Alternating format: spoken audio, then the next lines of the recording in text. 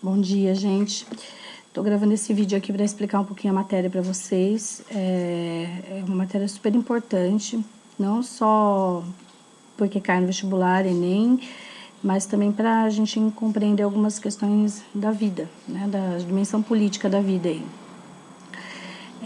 Queria muito explicar presencialmente, porque eu acho que dá para ter várias discussões, mas a gente pode retomar alguns assuntos, tá? Espero que vocês estejam em casa aí, espero que esse momento passe logo e que a gente esteja junto, beleza? Hoje a gente vai falar um pouquinho sobre dois pensadores do Estado, dois pensadores contratualistas, né, que é o Thomas Hobbes e o Rousseau. Mas antes disso eu quero falar com vocês um pouquinho sobre a concepção de Estado moderno de direito e as conquistas da burguesia e o que uma coisa tem a ver com a outra. Bom, antes de começar esse lance da quarentena aí, a gente tinha visto aquela linha do tempo, né? E algum dia eu explicava para vocês como que a discussão sobre democracia e cidadania foi evoluindo lá da Grécia Antiga, se transformando até a gente chegar nas concepções de cidadania, democracia, direitos que nós temos hoje, né? Enfim, a burguesia vai surgindo como classe lá na Idade Média, no feudalismo, vai ganhando poder, conquistando alguns movimentos políticos importantes, como, por exemplo, como a gente já conversou, né, o Renascimento, as grandes navegações, o protestantismo, e ela vai galgando espaços e conquistas, e o auge disso é o século XVII, XVIII, né, e XIX. Como assim? No século XVII, a burguesia vai fazer um importante movimento que é o iluminismo, né, que é o movimento que vai dar, como que eu poderia dizer, vai ser a base teórica da Revolução Francesa, onde a burguesia vai começar a questionar a forma de poder da nobreza. Ela já havia questionado o clero lá no Renascimento, e agora ela vai bater forte no poder real. Por quê? A burguesia é uma classe que conquista poder econômico, mas ela não tem participação política nenhuma na sociedade, né? Porque ela é de linha nobre, ela não é da nobreza. E o poder era hereditário, né? Como a gente já viu. O que a burguesia começa a fazer? A burguesia começa a bater na nobreza para tentar conquistar seus espaços. E ela vai conseguir. A gente pode dizer que uma das primeiras grandes conquistas da burguesia é na Inglaterra, né? Na metade aí do século XVII, né?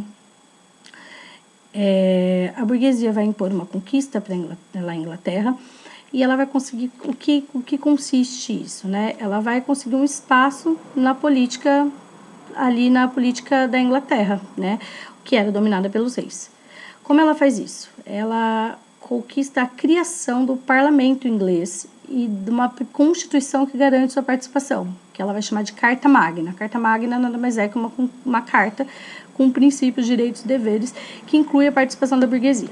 Então, esse parlamento inglês, é o embrião aí do parlamento moderno, né, onde você tem aí o debate político entre duas frentes, uma que representa a nobreza, que é a Câmara dos Lords, e uma que representa a burguesia, que é a Câmara dos Comuns.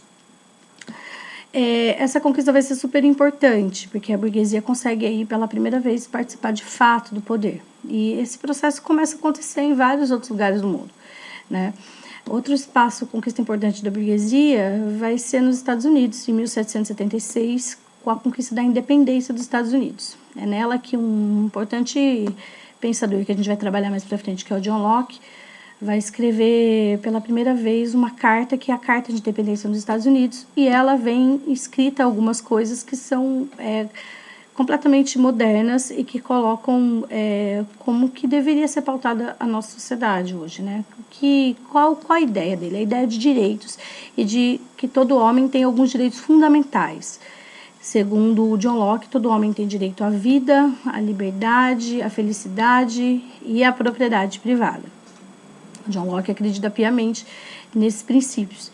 E ele é o primeiro a falar que todo homem tem direitos. Até então, só quem tinha direito era a nobreza e membros do clero, né? Então, John Locke, ele coloca essas cartas de independência dos Estados Unidos e esses princípios começam a ganhar espaço, né? O auge disso é a Revolução Francesa, se a independência dos Estados Unidos é em 1776, a Revolução Francesa logo na sequência, em 1789, com a proclamação, e os revoltosos franceses, né, proclamam uma carta que é chamada, que eu vou colocar até o link para vocês no final aqui no trabalho, que é a Proclamação dos Direitos do Homem e do Cidadão, né? Nessa está escrito: todo homem tem direito, todo homem é igual perante a lei, todo homem tem direito a participar da vida política, a ser eleito, eleger seus representantes, a depor os seus representantes, enfim, participar da vida pública e política.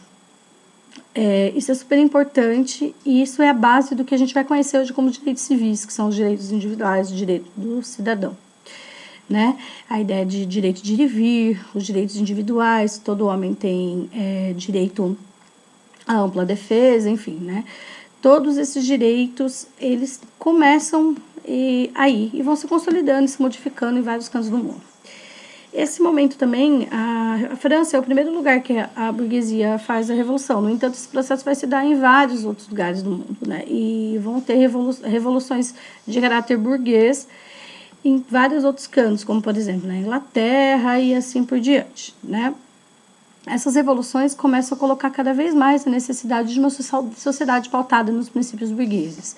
A ideia de uma constituição, de direitos e deveres, e a ideia de delimitação de fronteiras de um Estado, né? O que deveria ser esse Estado, né? Esse Estado deveria ser algo que tem uma constituição, direitos e deveres, né? Uma língua, uma moeda, uma fronteira, né? E que dentro da sua fronteira delimita quem são seus cidadãos, quem é o povo que participa daquelas leis, daquelas regras.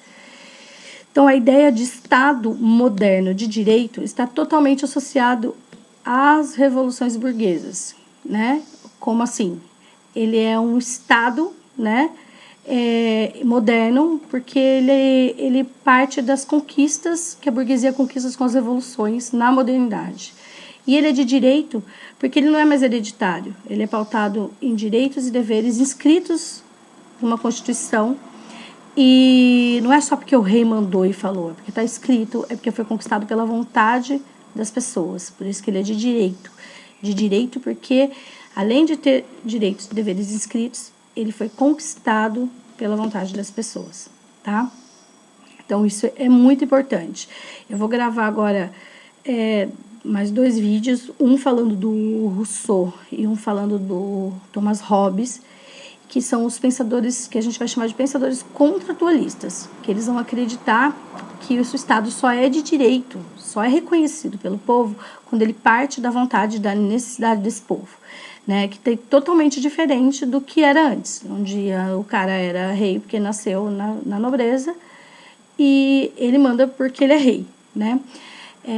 Nicolau Maquiavel, lá no século XIV, vai dizer, né, que os fins justificam os meios, ou não importa o que você tiver que fazer para se manter no poder, e esse poder é absoluto e o rei deve ser soberano e ele manda absolutamente. A modernidade começa a questionar esses valores e esses princípios, beleza? E eu vou gravar outro vídeo para não ficar tão longo e tão pesado aqui. Beijo, gente!